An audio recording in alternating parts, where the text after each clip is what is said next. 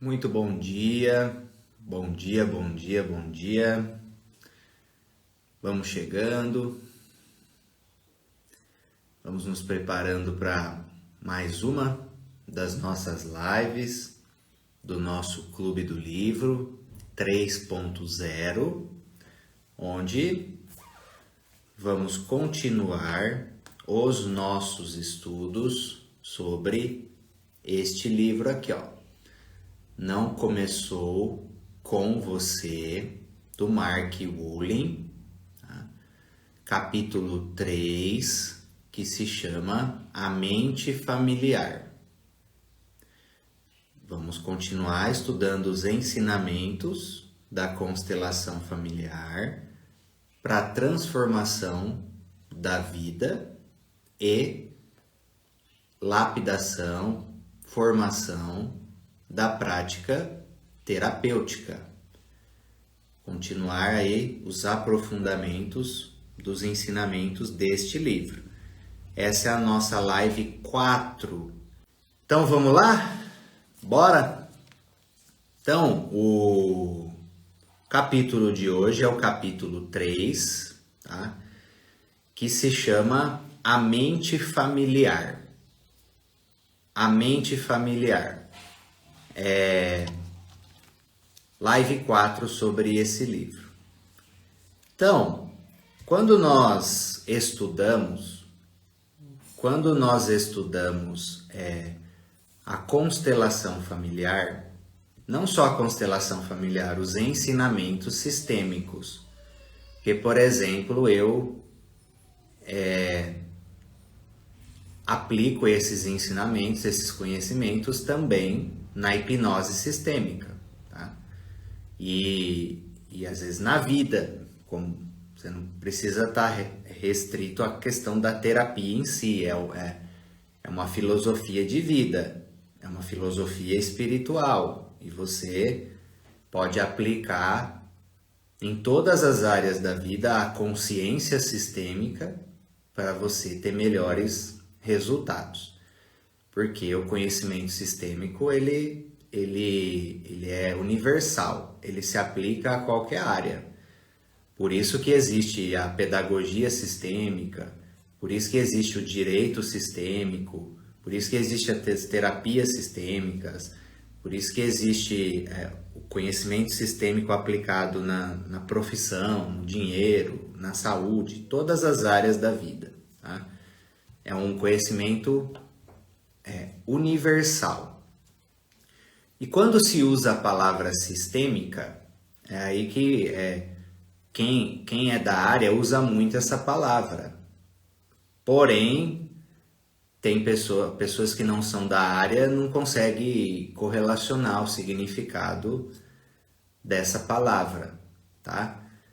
Normalmente, essa palavra está direcionada ao sistema familiar. Sistema familiar, por isso que se chama sistêmico, né? No fundo está falando sobre a consciência familiar, ancestral e tudo mais. Mas não é só isso. O conhecimento sistêmico ele se aplica a qualquer sistema. Por exemplo, uma relação de casal é um sistema, uma empresa é um sistema, uma ONG é um sistema, uma torcida organizada é um sistema, é uma consciência coletiva. Entenda assim, a palavra sistêmica se refere à consciência coletiva, tá? Principalmente a da família e ancestralidade, que é a base da onde surgem todos os outros padrões. Como assim? Por exemplo, numa empresa, o dono de uma empresa, a consciência daquela empresa vai ter como base o sistema familiar dos fundadores. Puxa todo um conjunto de padrão e depois replica ali na empresa os padrões que a pessoa traz da sua base, ok? Então, quando falamos a questão sistêmica, estamos nos referindo sobre consciência coletiva. E o nome desse capítulo é A Mente Familiar. que tem a ver com isso, justamente isso. Então você precisa entender o seguinte: nós fazemos parte da nossa família como consciência individual, certo? Você está ali como uma consciência individual. Mas você não funciona só como uma consciência individual. Você está dentro da sua família como uma parte de um corpo maior que se chama alma da família, que também o pessoal se refere como campo sistêmico familiar. Sempre que você ouvir o termo, ver o termo campo sistêmico familiar, estamos nos referindo à consciência coletiva da sua família. Campo sistêmico da empresa é a consciência coletiva da empresa. Campo sistêmico daquela ONG é a consciência coletiva daquela ONG, por exemplo. E sempre que você falar campo sistêmico de algo, é a consciência coletiva de algum sistema que funciona com pessoas, diferentes pessoas. Mas também você tem aí o sistema o quê? Você tem a natureza ali, é um sistema também. Um grupo de animais é um sistema também. E funciona também como uma consciência coletiva. Para quem quer aprofundar nesse funcionamento, estudem o Rupert Sheldrake. Rupert Sheldrake. Quem conhece o nome, escreve no chat aí pro pessoal. E aí você pesquisa o experimento do 100º macaco. Pesquisa o experimento do Rupert Sheldrake do 100º macaco, que comprova e explica essa questão da consciência coletiva, a existência dessa consciência coletiva. Tá? Então é a fonte, é quem mais uniu ciência e espiritualidade nesse sentido, quem mais trouxe informação mais profunda nesse sentido, foi o Rupert Sheldrake. Tá? O trabalho dele é maravilhoso. Então eu recomendo que vocês pelo menos leiam sobre esse experimento, o experimento do 100º macaco, que comprova a consciência coletiva, tá? Principalmente dentro de uma família, ou no caso ali de uma espécie de animal que ele fez, né? Aí, então entenda o seguinte: você, como consciência individual, você faz parte de uma consciência maior. Ele faz parte de uma consciência maior, que seria a alma da sua família. Quando se fala campo sistêmico, é uma palavra bonita, é uma palavra científica, é uma palavra que tem um cunho mais decorado, caprichado, para que as pessoas aceitem de uma maneira melhor. Mas no fundo, quando falamos campo sistêmico, estamos falando sobre a alma da família. A palavra correta, tá? Aí vem, igual eu falei na live passada, para contornar a resistência das pessoas, né? Inclusive das pessoas que trabalham na área. O nome correto seria campo espiritual. O campo espiritual da sua família. No fundo, o campo sistêmico é isso. É o campo espiritual da sua família, ou de uma empresa, de um grupo e tudo, aonde estão o quê? Aonde estão contidas todas as informações, as memórias, o conteúdo consciencial de todos que pertencem àquele sistema. Então, o campo sistêmico da sua família é o quê? É a alma da sua família e está presente ali todas as informações, cargas emocionais, memória, sabedoria, força, conhecimento, tudo. Como se fosse igual no computador. Você não tem lá o Dropbox, você não tem o iCloud, o Drive, é uma nuvem, é um HD. É como se fosse assim, vamos pôr, é um HD celestial. para onde vai as informações de tudo que já aconteceu e de tudo que está acontecendo na sua família ou numa empresa ou num outro sistema, e também já informações em relação ao futuro, informações do futuro, do propósito, aonde que é para chegar, tal. Porque no campo espiritual essa coisa de passado, presente, futuro funciona diferente, tá? É um eterno agora, é diferente. Então, na alma da família tem as informações do passado, presente e do futuro já, nessa alma familiar. Por isso que tem a questão do destino, para onde que você precisa ir, tal. Já tá ali, já tem uma diretriz, ok? E aí o que acontece? Então, essa alma da família, quem faz parte dessa alma da família? Todos os vivos e todos os falecidos e todos os não nascidos, tá? Que é um nome bonito, né? Que se dá também, mas é falecido também, ok? Os falecidos da família e os vivos, certo? E essa consciência coletiva, ela precisa do quê? Ela precisa perpetuar, ela precisa sobreviver, ela precisa ter equilíbrio, ela precisa ter harmonia, certo? E aí, para que isso aconteça,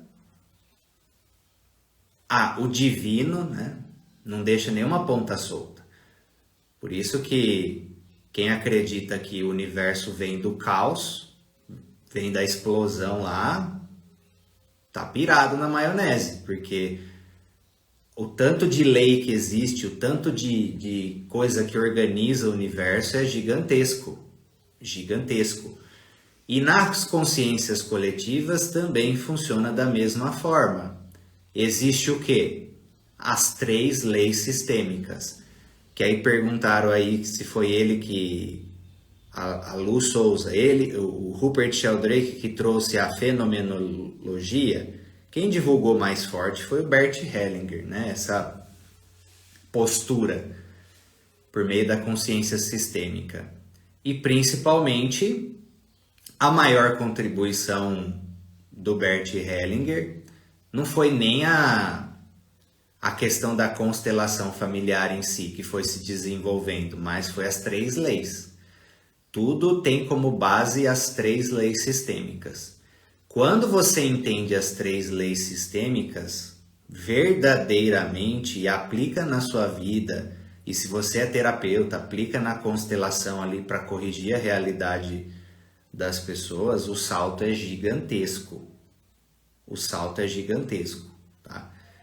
Por quê?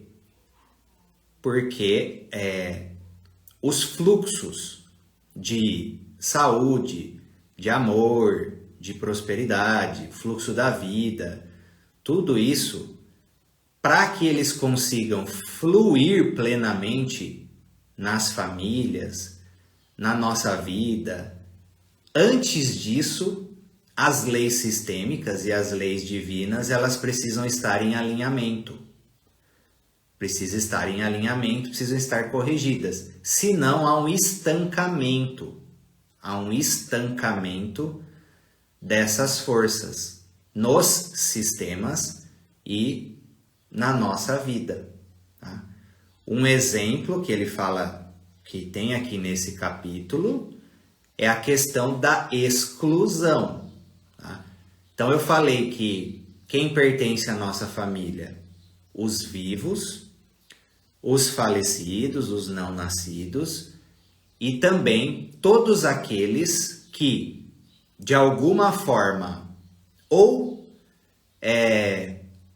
prejudicaram a nossa família, mudaram o destino da nossa família de alguma forma, seja de forma positiva ou seja de forma negativa. Esses também precisam ser incluídos, honrados, lembrados, porque tudo isso cumpriu um propósito e afetou o destino da família. Por exemplo, que ele coloca aqui nesse capítulo, se alguém da sua família no passado assassinou alguém, essa pessoa que foi assassinada passa a pertencer à sua família, faz parte do sistema. Ela precisa ser honrada, lembrada, incluída e todos os movimentos, né, de reverência, de perdão e tudo isso em relação à situação. Senão alguém depois puxa essa carga, replica esse destino, exatamente o que ele fala nesse capítulo. Além disso também, se alguém assassinou alguém da sua família, o agressor também passa a pertencer ao sistema. Precisa ser lembrado, a história não pode ficar abafada, precisa dar vazão às cargas emocionais, porque cumpriu algum destino na história da família. Tá? Por exemplo, a antiga parceira do seu pai, antiga parceira do seu avô, antigo parceiro da sua mãe, antigo parceiro da sua avó, que de alguma forma sofreu, pagou um preço alto para que os seus pais ou seus avós pudessem se unir, eles precisam ser lembrados e honrados na família. Senão, dá problema, algum descendente vai honrar essa pessoa, replicando o destino ou replicando características. Quando tem excluídos na família,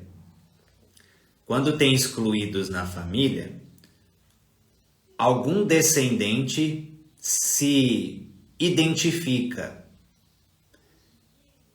porque não pode ter exclusão. Então essa identificação é uma forma de trazer a pessoa de volta ao sistema, honrando ela por meio do seu destino. Tá? E aí essa pessoa faz o quê? Ela replica ou características, né, de alma ou características comportamentais, ou replica alguma dor, replica a dor da pessoa, o destino dela.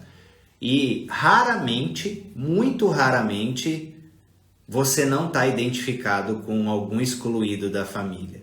Por quê? Porque nas nossas famílias está cheio de excluído. Tá? Eu já fiz várias constelações que eu liberei várias identificações que eu tinha com excluídos da minha família. Mais de um, tá? Mais de um. E aí isso ajuda não só a transformação da sua vida, mas também ajuda, a partir do momento que os excluídos são incluídos, dá um alívio no campo da sua família.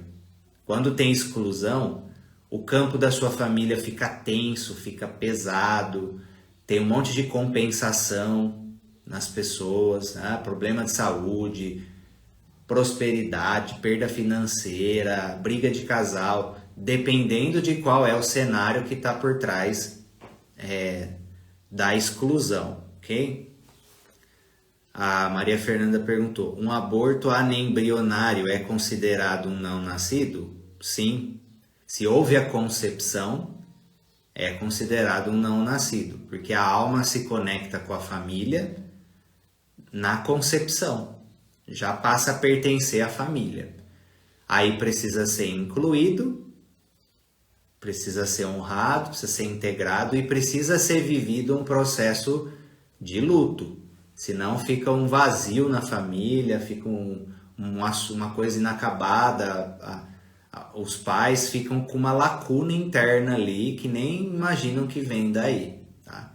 E a família também sente, o sistema também sente, e essa alma, se ela não é vista, integrada, acolhida e ganha o seu lugar na família, ela não vai embora, ela fica grudada com os pais e na família, e isso desequilibra um monte de coisa, tá? A Ana perguntou, e quando se coloca o nome de alguém da família que já morreu em um recém-nascido para homenagear o antepassado? Isso é péssimo, péssimo, tá? Péssimo para as duas pessoas envolvidas. A a alma daquele que deu o nome sente que o seu lugar foi tomado por alguém. Tá?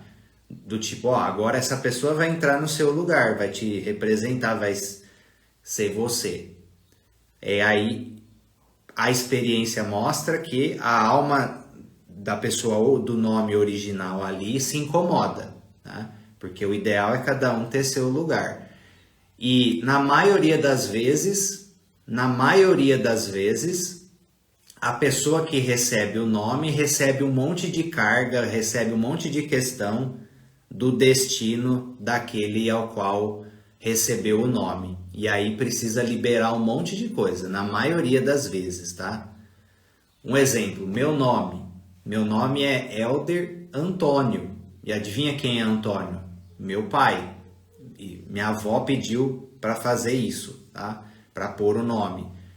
Adivinha se eu não puxei um monte de questão do meu pai, um monte de coisa. Na minha família paterna tem esse hábito. O meu irmão, ele recebeu o nome de um que faleceu lá, tal, sei o quê. Imagina se meu irmão não puxou um monte de carga também da questão lá. Nem que seja o nome do meio, já influencia muito.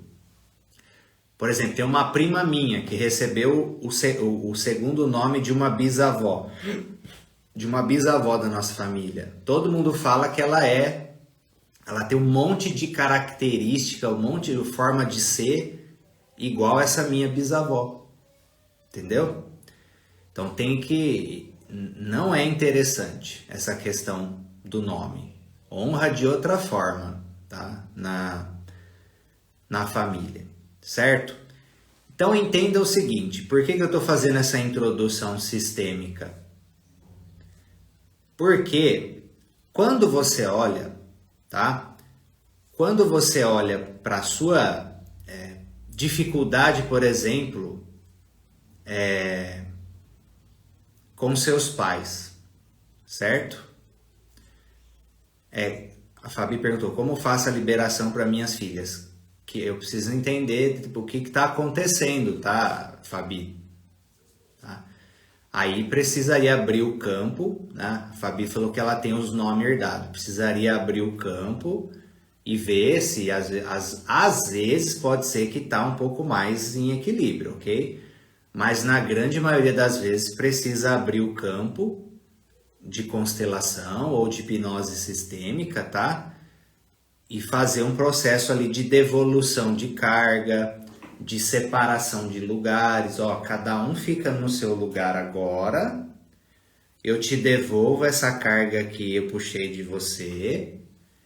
E eu possuo o mesmo nome, mas peço licença para te honrar apenas no nome.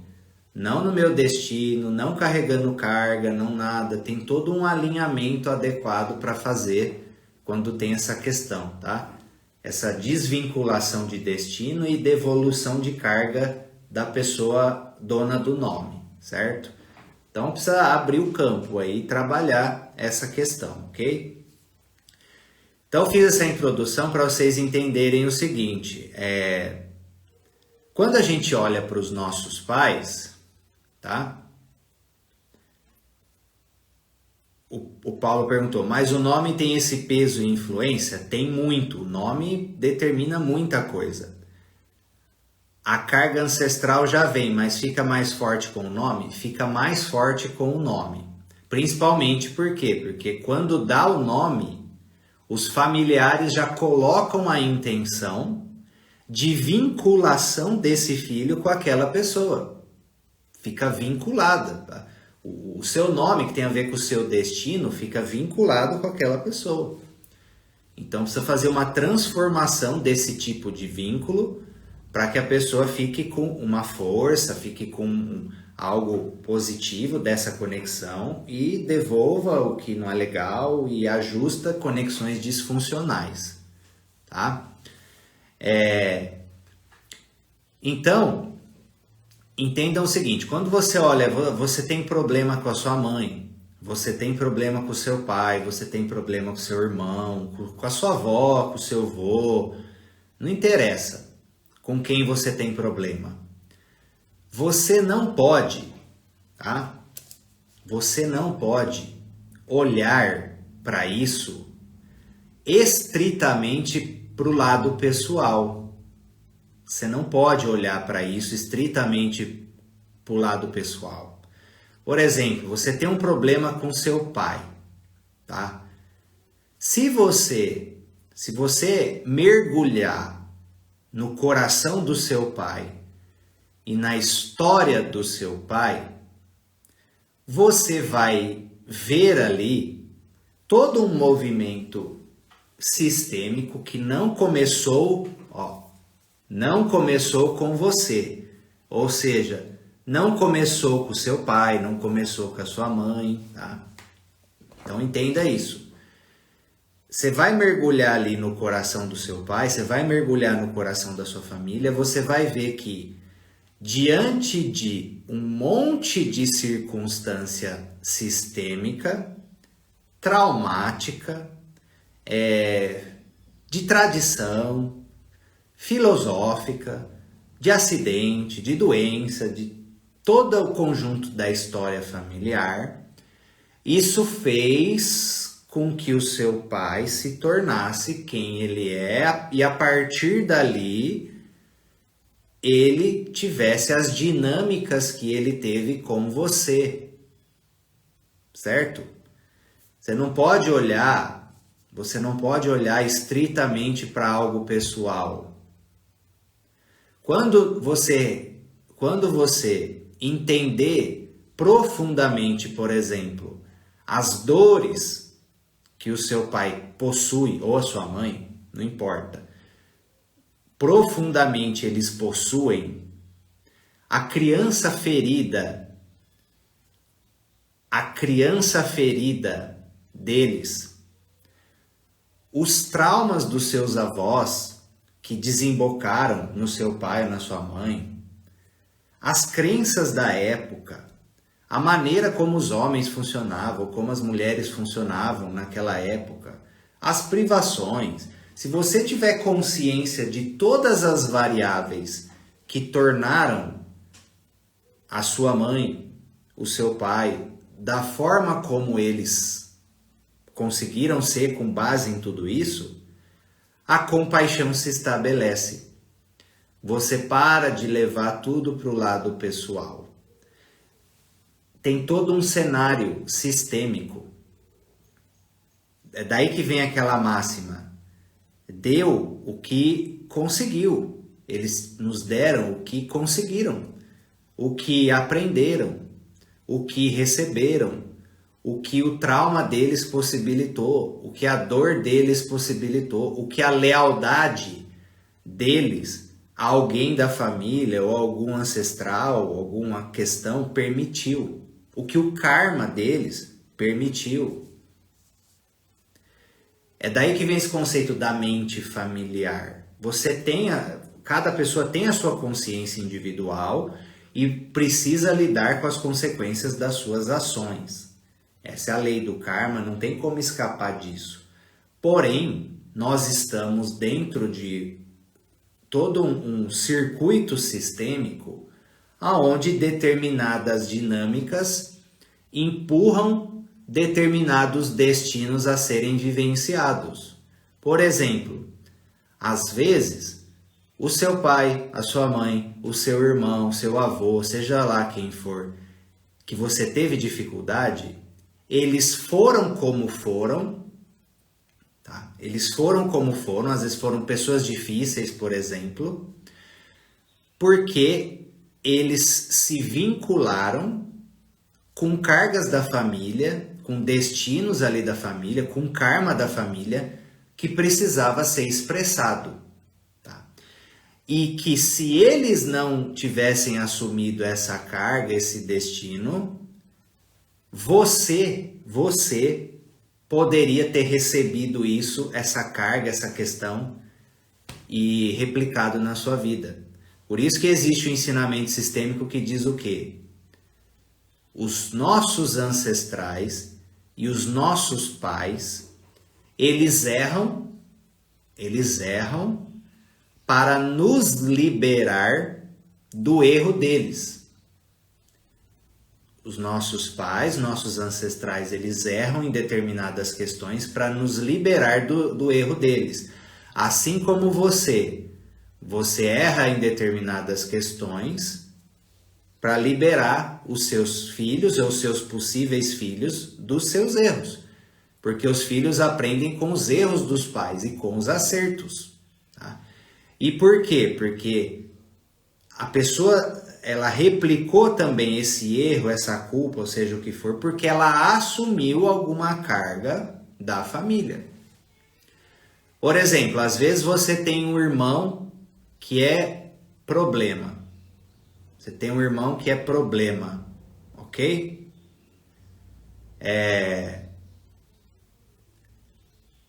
Você tem um irmão que é problema, aí você tem conflito com ele. Às vezes o que fala, né? Ovelha negra da família, a pessoa que é o estopim dos problemas da família, ok? Só que, o que você não está vendo? O que você não está vendo? Às vezes aquela pessoa ali na família, ela é do jeito que ela é, porque ela foi a pessoa que mais puxou carga da família, que mais puxou trauma dos pais, que mais puxou carga dos ancestrais. E essa pessoa, ao fazer isso e puxar essa carga para si, ela libertou as outras pessoas dessa carga. E se ela não existisse, se ela não tivesse puxado esse destino, essa carga iria para essas pessoas que estão julgando ela, que estão brigando com ela. Entendeu? Por isso que existe aquela máxima, né? Existe aquela máxima que eu digo: as pessoas mais difíceis de serem amadas são as que mais precisam de amor. E são as que são menos amadas. E é por isso que a equação nunca fecha. É por isso que o problema nunca resolve.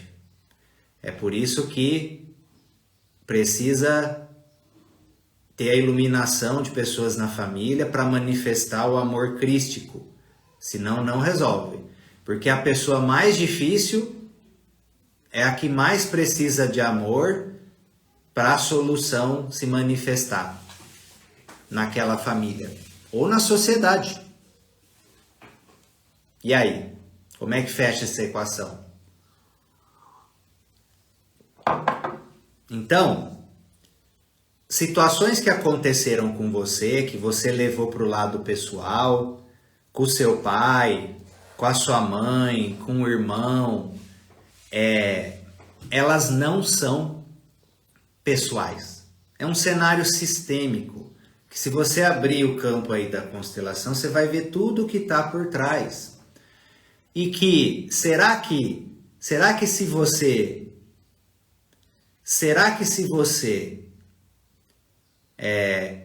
vestisse o sapato dessa pessoa, faz esse exercício de humildade. Será que se você tivesse a história exatamente igual a da sua mãe, desde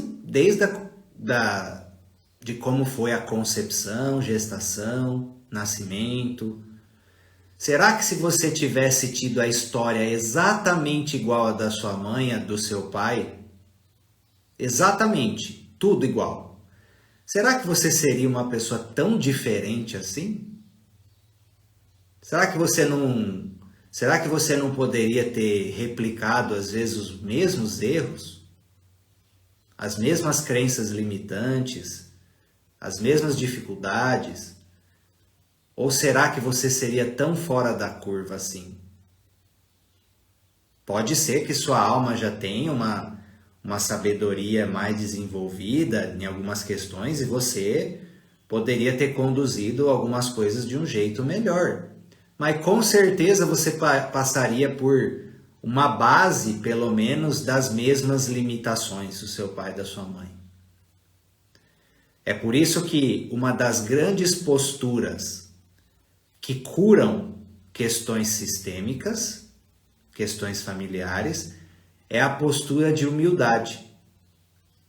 É a postura de humildade perante as pessoas da sua família. Você só vai conseguir liberar, perdoar, resolver as questões que se referem à sombra do outro quando você enxerga que você também tem sombra, que você não é perfeito. Se você entender que você não é perfeito, você libera o outro da necessidade de perfeição. Você não está exigindo uma perfeição da sua mãe, do seu pai, dos seus irmãos, que você não tem. Aí você fica exigindo essa perfeição, ela recai sobre você. Quando você exige perfeição dos seus pais, da sua família, você recebe esse peso nas suas costas.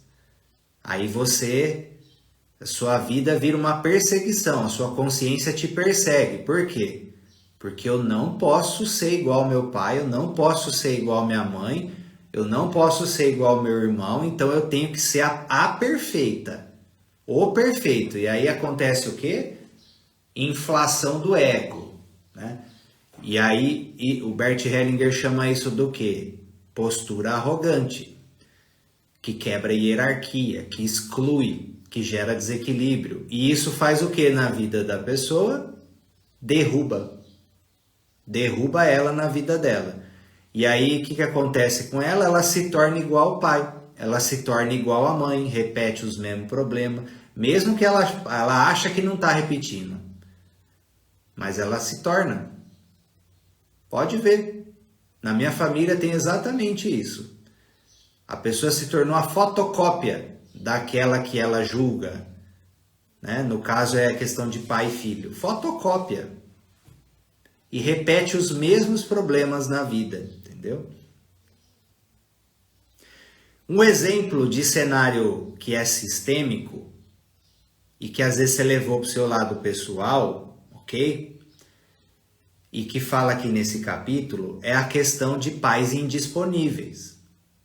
Pais indisponíveis. Aqui no capítulo ele fala sobre questão traumática, né? Ele dá o exemplo da avó, dá o exemplo da avó dele ali, que foi muito traumatizada e que por causa disso a mãe dele ficou na falta, ok? E aí, com base nisso, quem também ficou na falta? Ele. É o que nós chamamos na família de fluxo de amor interrompido, certo?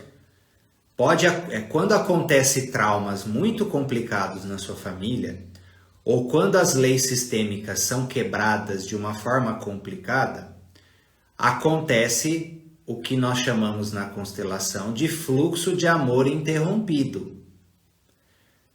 E, na maioria das famílias tem isso. A maioria das famílias tem isso. E aí tem alguns sinais de fluxo de amor interrompido.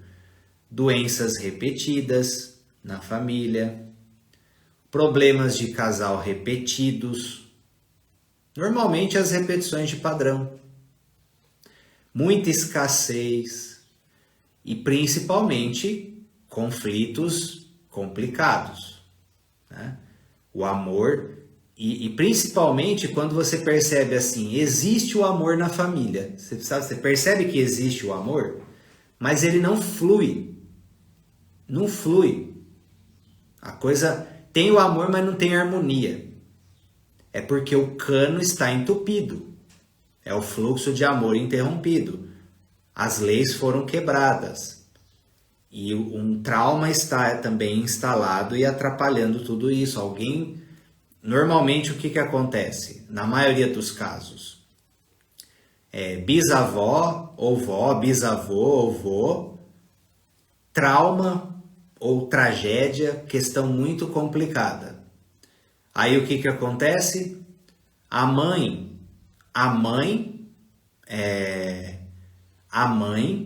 ou o pai não recebeu plenamente, faltou. Imagina assim, imagina quando sua mãe era criança, jovem ou na vida adulta, né, que a Andrea perguntou. não está restrito na infância, pode acontecer na vida adulta, inclusive, rompimentos complicados que a pessoa fecha o coração. É que na infância, adolescência, até a juventude, até os 21 anos, a marca, o registro, ele é mais profundo, porque é quando está formando a base da pessoa. E às vezes o adulto, se ele tem uma base mais sólida, ele consegue lidar melhor com a questão, né? E aí tem menos consequência, ok? Mas normalmente essa coisa do fluxo de amor interrompido, ela é herdada, ela já aconteceu, né, na família. Por exemplo, no meu caso, aconteceu isso, tá? Principalmente de ordem materna. No lado paterno também teve fluxo de amor interrompido entre os homens da família, no meu sistema, por causa de exclusão, por causa de briga, conflito complicado. Aí o que aconteceu? Meu pai ficou numa lacuna nesse sentido. Aí a conexão entre meu pai e meu irmão, complicada, por causa que esse fluxo de amor é interrompido. Aí eu com meu irmão, só briga, né? Mesma coisa. Aí depois de muito trabalho sistêmico e tudo, incluir os excluídos, todo um processo, eu consegui um nível de conexão com meu pai totalmente diferente e pacifiquei meu conflito com meu irmão. Restabeleceu esse fluxo da família. Que não quer dizer que às vezes não vai ter um conflito ali entre dois homens. Por exemplo, meu pai e meu irmão têm conflito entre eles. Mas aí é uma outra lei que está quebrada, hierarquia, é um problema deles do passado, mal resolvido, umas questões ali, entendeu? Não quer dizer que o fluxo de amor da família ali foi restabelecido, que às vezes não vai ter problema entre as partes ali por questões pessoais que eles precisam se entender, entendeu? Resolver, perdoar, liberar. Aí tem o componente emocional e kármico e outras coisas entre eles, ok? Mas tinha muito forte no lado paterno meu fluxo de amor interrompido entre os homens. E no lado da minha mãe, principalmente, fluxo de amor interrompido dos dois lados. Mais forte no lado das mulheres. Principalmente pelo quê? Por trauma. Mulheres feridas, traumatizadas, que para se proteger fecharam seu coração, certo? Para se proteger fechou o coração. Fechou o coração, o que acontece? Começa a faltar amor para os filhos. Mesmo se a pessoa está ali presente. Mesmo se a pessoa está dando amor por serviço. Está fazendo de outra forma, ela está ali e tudo, mas tem uma desconexão, entendeu? Tem um elo rompido. Um elo rompido. No meu caso foi assim, um exemplo. Minha mãe com a sua história e com a história da minha avó, a história da minha bisavó, trauma, fluxo de amor interrompido. Então eu e meu irmão, tá? Ficamos nessa falta, ok? Aí minha mãe, ela é uma pessoa que expressa amor, adivinha como? Que busca, né, expressar esse amor. Hoje já deu uma liberada boa, uma reconexão boa desse fluxo de amor, tá muito mais leve, muito mais suave. Mas antigamente, né? Aí como que ela fazia para buscar compensar e dar esse amor? Com comida. Aí adivinha, meu irmão é obeso, eu fui obeso até a adolescência, né? Fiz um trabalho de emagrecimento. Mas o que acontece? Aquela lacuna aqui de amor e a mãe tentando expressar o amor pela comida, porque o coração estava fechado. O filho se agarra na comida numa busca dessa conexão. Entendeu? Poderia ser de outra forma, se não fosse com a comida, de outra maneira. Mas não preenche. Precisa fazer um trabalho de ordem emocional, espiritual, sistêmico, ok? A Maria Fernanda perguntou, como reconhecer quando é um problema pessoal ou sistêmico? Normalmente é as duas coisas junto, vai ter que resolver os dois lados, tá? Não adianta só assim, vamos resolver o sistêmico ali e as pessoas não vão ter que... Vai ter que mexer na parte pessoal, é unido normalmente. Só que quando tem a questão sistêmica junto, aí vai precisar abrir o campo. Normalmente, Maria Fernanda, tem uma repetição de padrão. Na geração anterior aconteceu também. Ou com outras pessoas ali na família está acontecendo a mesma coisa, né? Quando é sistêmico, o padrão ele desemboca em outras pessoas da família. Por exemplo, família que as mulheres...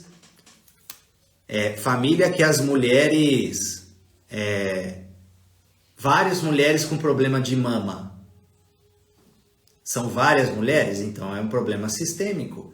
Várias mulheres com endometriose, várias mulheres com mioma, problema sistêmico.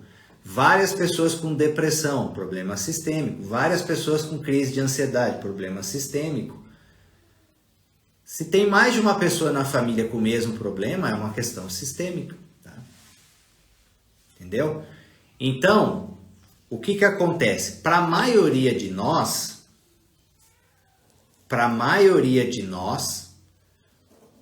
mesmo que o seu pai e a sua mãe estava presente, de corpo presente, pelo menos um deles estava indisponível para nós. A maioria das famílias. Por quê? Porque, para pensar, a última geração, o último período, não eram pessoas que faziam terapias. Nós somos filhos de pessoas que não faziam terapias e somos filhos de pessoas que naquela época a sobrevivência, as questões eram muito mais difíceis. Tinha muito menos informação. Eu estava conversando com a Marina. As questões que a gente resolve em relação ao nosso filho. Hoje você põe no Google, você pesquisa nas mídias sociais, no site, no chat GPT. Te dá todo um conjunto de orientação do como você fazer certo com o seu filho, com a sua filha. E na época dos nossos pais? Já parou para pensar nisso? O quanto que é mais fácil para nós? Às vezes, antigamente, o filho ficava doente, tinha alguma questão, eles iam pela superstição, ia só na base do benzimento, perguntava para não sei quem lá o que fazer quando o filho tá com aquele problema, aquela coisa ali.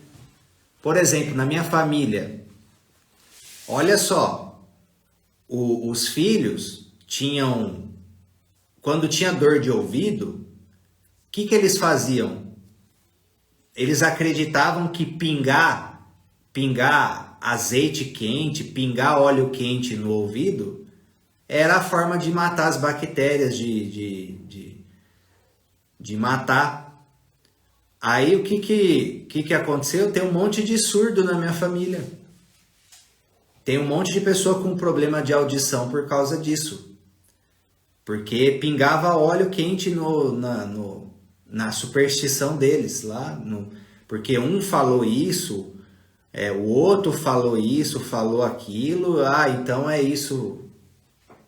Era muito mais difícil. Então você precisa ter essa visão de olhar para os seus pais. Muitos deles, dos nossos pais, ficaram presos em suas dores. Ficaram presos em um monte de questão de problema de família. As suas almas ficaram emaranhadas, muitas vezes com alguém que faleceu tragicamente. Antigamente falecia muito mais criança, porque não tinha, os recursos de saúde, às vezes não conseguia ir para o hospital, não tinha plano, não tinha nada. E aí, com o seu pai ou sua mãe indisponível, desembocou um monte de questão de desafio na sua vida. Cabe a nós cabe a nós, com essa consciência que nós temos hoje, cabe a nós efetuar o movimento de reconexão, igual ele disse aqui. É aí que vem a questão lá do que eu falei, não usa o termo quebrar padrão, é transformar o padrão. Você toma consciência disso agora, você precisa fazer o movimento de reconexão com seu pai e com a sua mãe. Guardem esse ensinamento. Quando adulto, é o filho que deve fazer o movimento de reconexão com os pais quando ele foi quebrado. Não pode o filho ficar esperando. O filho tomar a decisão de fazer o movimento de reconexão, de resolver o passado, liberar o passado, é um ato de maturidade. É um ato de se firmar no adulto. De assumir a responsabilidade sobre seu destino e sobre seu passado. Quando a pessoa fica esperando, teve uma reconexão, faltou alguma coisa com os pais, alguma coisa, e a pessoa fica esperando que a mãe venha, que o pai venha e dê aquilo que não deu, compense o que faltou, a pessoa fica presa na criança. A pessoa fica presa lá naquela criança lá de trás. E aí a vida não anda. E a reconexão não acontece. A reconexão não acontece porque os pais, eles se defendem quando os filhos entram em exigências na idade adulta. Mesmo que seja justificável, ok? É um movimento instintivo. É só você ver como que é na natureza. É só você ver como é na natureza. As águias, quando dá uma determinada idade ali, as águias, empurra o filhote do ninho. E aí depois o filhote não precisa, eu vou ficar ressentido com você. Se vira, você tem que voar. Você tem que voar e achar seu canto agora. E se quando adulto esse filho volta lá no território dos pais, das águias, dá problema, precisa afastar. Quando adulto, cada um tem seu território. Quando adulto, você não é mais príncipe, você não é mais princesa. Você deve ser rei e deve ser rainha. E cada rei, cada rainha tem seu próprio território. Se você fica no território do seu pai e da sua mãe, buscando seu espaço ali, você vai ser eternamente um príncipe e uma princesa. Você nunca vai manifestar o seu poder de rei e de rainha na sua vida. Tá? É uma questão arquetípica. Ok? Põe isso na sua consciência, tá? E ele enfatiza muito aqui essa questão, nesse capítulo, essa questão do rompimento com a mãe, principalmente. Na minha família teve isso. Olha o que ele diz. Mãe e filho vivem em estado biológico que tem muito em comum com o vício. Entenda o seguinte, a criança é viciada na mãe principalmente, mas no pai também, né? Aí adivinha, na minha família tem questão do quê? Vícios e compulsões. Por quê? Vícios e compulsões. Por quê? Rompimentos nesse sentido de vínculo. Rompimento de vínculo. A pessoa fica com aquele buraco, fica com aquela lacuna e busca compensar em outras coisas. Por que vocês acham que eu fui obeso? Comia compulsivamente. Compulsivamente. Depois, na idade adulta, várias outras compulsões. Com isso por trás. Com isso por trás. E esse trabalho de reconexão com a minha mãe, e soltar essas defesas em relação a essa quebra de vínculo e todo esse trabalho que eu fiz terapêutico foi o que mais trouxe alívio em tudo isso. Não tem jeito, todo excesso esconde uma falta. Se você tem compulsão alimentar, por exemplo, tá? Então, uma das consequências do fluxo de amor interrompido, vícios e compulsões. Você tem algum vício e compulsão? Tem algum vínculo interrompido na sua realidade? Ou tem alguma exclusão complicada na sua família? Ou tem algum luto mal vivido na sua vida ou na sua família? Um buraco, tá?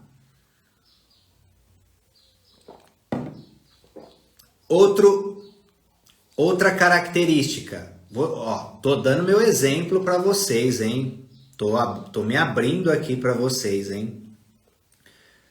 Outra característica, que ele fala no capítulo aqui, a necessidade de amor que seus pais não podiam oferecer, muitas vezes deixa a pessoa ansiosa, sobrecarregada e controladora. Adivinha qual que é o meu padrão? Padrão controlador total.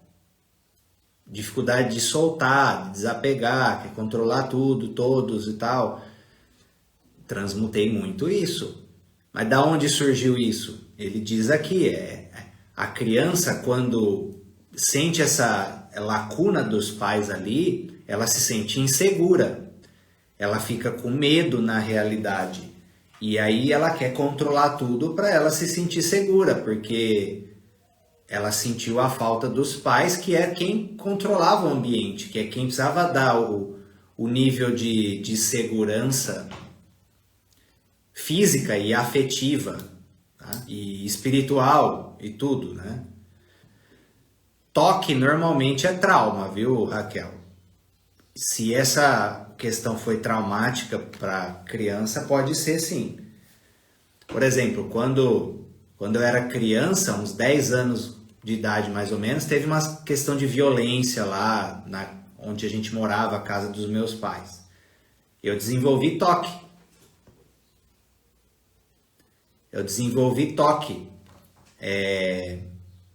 Toque de janela, de fechar a porta, entendeu? Hoje está mais tranquilo, mas eu sou uma pessoa que gosta muito de organização, ok? Olha que interessante o que ele fala aqui, na página 44. Página 44, ok? As rupturas precoces no vínculo entre mãe e filho podem se originar muito antes da concepção, como por exemplo, a sua mãe teve o fluxo interrompido com os avós. Os efeitos permanecem em nosso inconsciente e em nosso corpo, como memórias somáticas, psicossomática, que são desencadeadas por acontecimentos que evocam rejeição ou abandono. Por que muitas pessoas... Às vezes a pessoa tem isso em potencial, essa dor, essa questão no inconsciente dela. Aí ela passa por uma rejeição na área amorosa. O mundo dela cai. Por quê? Porque não é só a dor da rejeição amorosa em si, mas ativa uma outra dor que vem de base dela, com a família.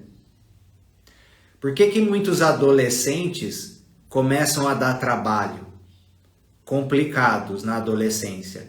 Porque começa a passar ali rejeição, questão com os amigos, ou com o primeiro amor ali, as primeiras paqueras e tudo, aí gatilha dor sistêmica, gatilha dor ancestral. Por isso que se você está com filho, adolescente ou filho mais criança com essas questões, constela o filho logo, tá? Põe eles para resolver e liberar isso logo. Eu faço hipnose em adolescente, eu constelo criança, adolescente, tudo. Eles são muito sensíveis ao recebimento positivo do trabalho, ok? Quando isso acontece, ficamos totalmente desincronizados de nós mesmos. Os pensamentos podem se tornar avassaladores e é possível que nos sintamos sobrecarregados, tá? Até mesmo aterrorizados. É por isso que muitas coisas gatilham aí nas pessoas e dá o quê? Síndrome do pânico, tá? Depressão, a pessoa cai, né? Emocionalmente falando, pelas sensações que inundam o nosso corpo, é uma carga muito grande. Como o trauma existe há muito tempo, é comum que permaneça oculto, distante da consciência. Sabemos que há um problema, mas não conseguimos identificar exatamente o que é e o que aconteceu. Em vez disso, presumimos que somos o problema, que falta algo dentro de nós. Movidos pelo medo e pela ansiedade, tentamos controlar nosso ambiente. Aí vem o quê? Ansiedade, tá? Ansiedade é excesso de controle. Querer controlar o futuro por causa do trauma e do medo do passado. Tá? Isso ocorre porque tínhamos pouquíssimo controle na infância. E provavelmente não havia um lugar seguro para as emoções intensas que experimentamos naquela época. Se o padrão não for alterado de forma consciente, que vocês já estão fazendo isso. Só de vocês estudarem aqui, só de vocês estudarem os conhecimentos sistêmicos, pegar carona em constelação, por isso que eu estou convidando vocês para esse monte de evento e coisa. Só de vocês já irem tornando consciente, já vai aliviando, já vai liberando, viu? Se o padrão não for alterado de forma consciente, os danos no vínculo podem ecoar por gerações, que é o que aconteceu com a sua mãe, com a sua avó. São pessoas, filhos de traumatizados, que se tornam traumatizados por causa disso. Tá? A Ana perguntou, a partir de que idade pode fazer a constelação? Qualquer idade. Até 12 anos é os pais. Constela a criança, ela não precisa estar presente por meio dos pais. A partir dos 12 anos, 13 para frente, aí já pode fazer direto com a criança mesmo, tá? Entenderam? Forte, né? Olha aqui na página 48 também, ó. Isso aqui é importantíssimo também, ó. O que acontece? Não quer dizer que tem um problema na família, um trauma, seja o que for, que todos os irmãos vão manifestar da mesma forma o mesmo problema. Porque tem o que eu falei, tem a ressonância kármica, cada um vai se vincular com cargas que têm ressonância com a sua alma, em relação a compensação kármica, aprendizado kármico e manifestação de quem precisa ser. Manifestação de quem precisa ser na vida. E missão. Cada alma se vincula com uma carga da família porque também tem uma missão de contribuir como sistema naquilo. Por isso que nunca vai ser igual. E também porque cada filho, primeiro, segundo, terceiro, cada lugar sistêmico cumpre um propósito dentro da família, um arquétipo, tem um destino específico dentro do cenário familiar, ok? E cada um pode expressar a dor de uma maneira diferente, tá? Ó, um exemplo que ele dá aqui com irmãs libanesas que são descendentes de mulheres que foram obrigadas a casar. Elas podem carregar a mesma dor da família, só que cada uma replicou de um jeito no seu destino, mas no fundo a dor delas é a mesma. Uma delas replicou essa dor repetindo o destino, casou cedo, meio forçada. A outra não casou com ninguém, ficou sozinha, decidiu ficar sozinha a vida inteira. Okay. Ambas foram guiadas pela mesma dor, só que cada uma expressou de um jeito. Entendeu? Uma se fechou totalmente para o amor, com base nessa dor, e a outra replicou dores na área amorosa, essa dor. Mas no fundo você vê, a dor delas é a mesma. Isso acontece, e você precisa ter consciência, na área de casal. Por exemplo, você pode estar na área de casal com alguém. Você se relaciona com alguém. Vai lá, o seu marido. Aí você fala, nossa, o meu marido é totalmente diferente de mim. Porque eu ajo dessa forma na vida e ele é totalmente o oposto. Mas se você for lá no fundo, lá no cerne, por que vocês se atraíram um ao outro? Lá no fundo, se você procurar, você vai encontrar dores sinérgicas. Às vezes a mesma dor. Por exemplo, você pode ser a pessoa que se isola, que não quer sair de casa, que não faz nada.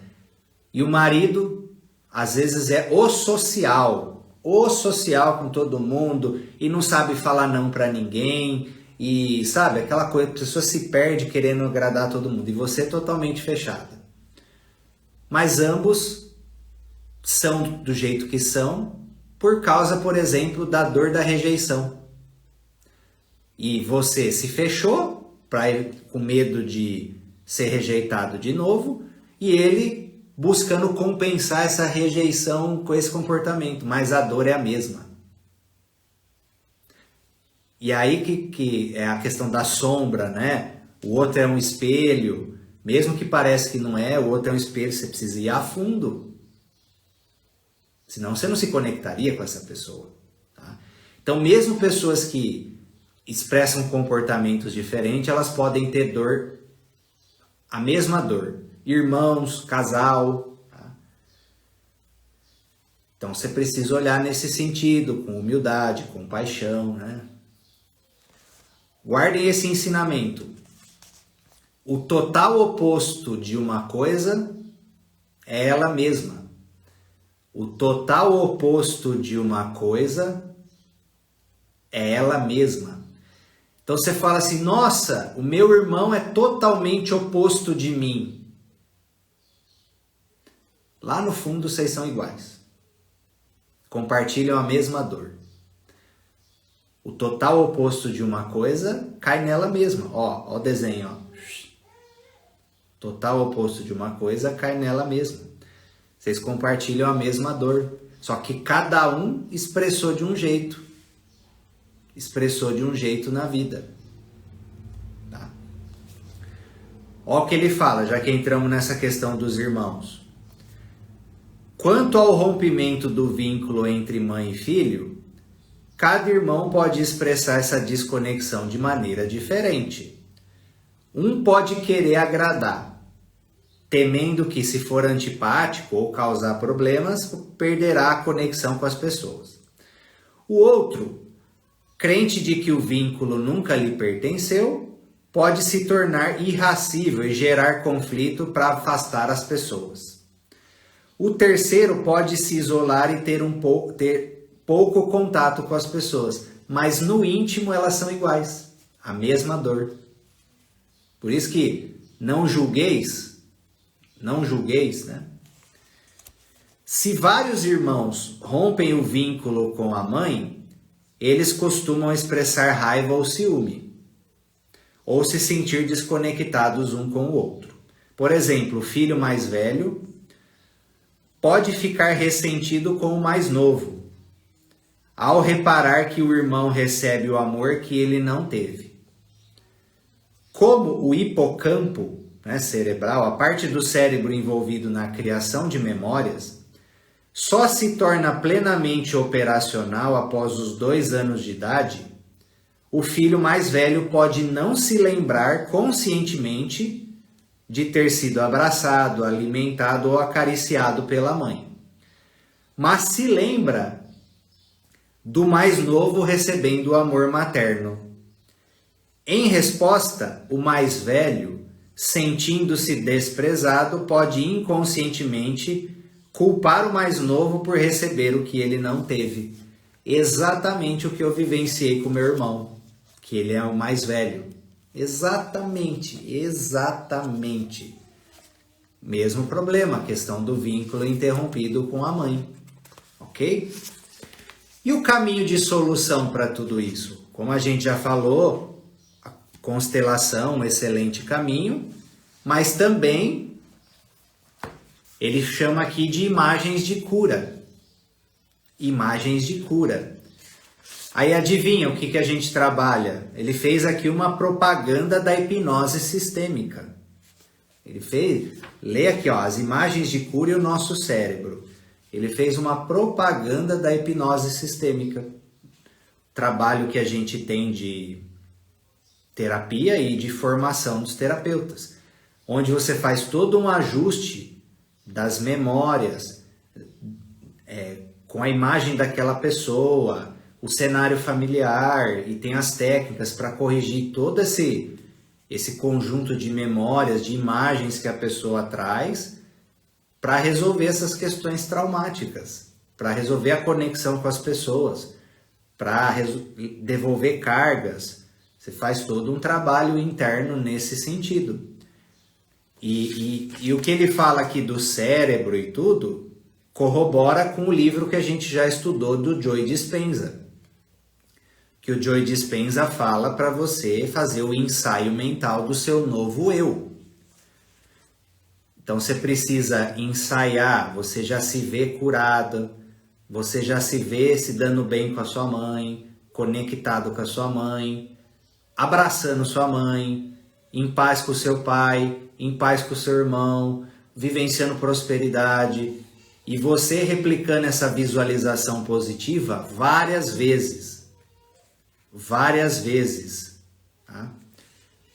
A Josi perguntou, e se a pessoa não tem memórias antigas? Normalmente é o trauma que apaga isso, ok?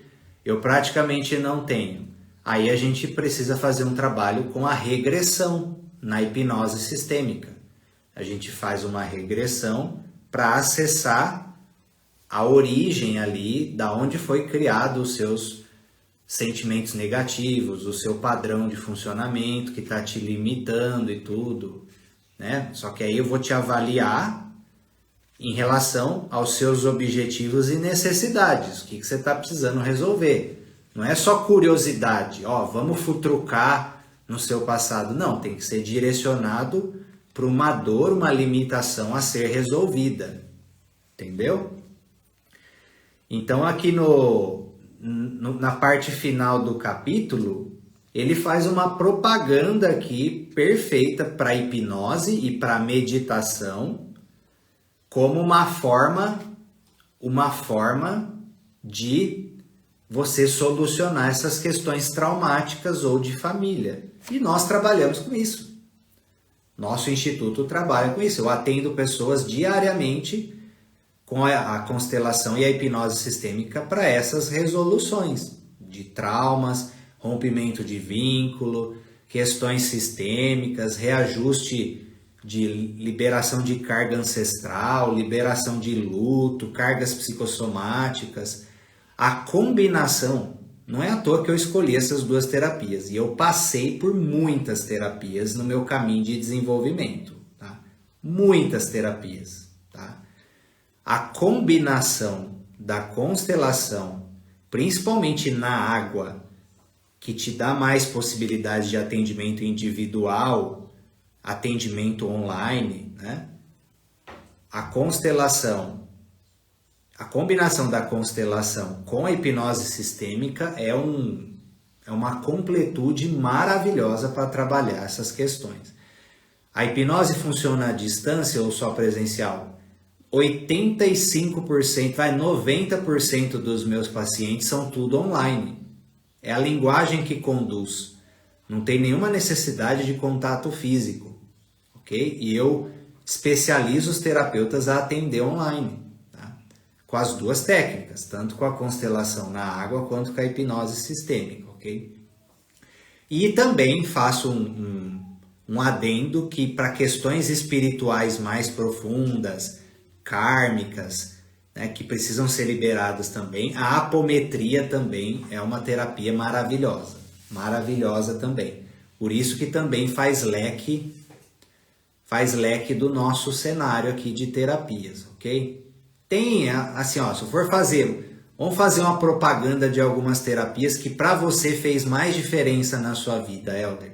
Foi as que eu mais utilizei e foi as que eu decidi trabalhar no nosso instituto por causa dos resultados. Por isso que eu escolhi elas, tá?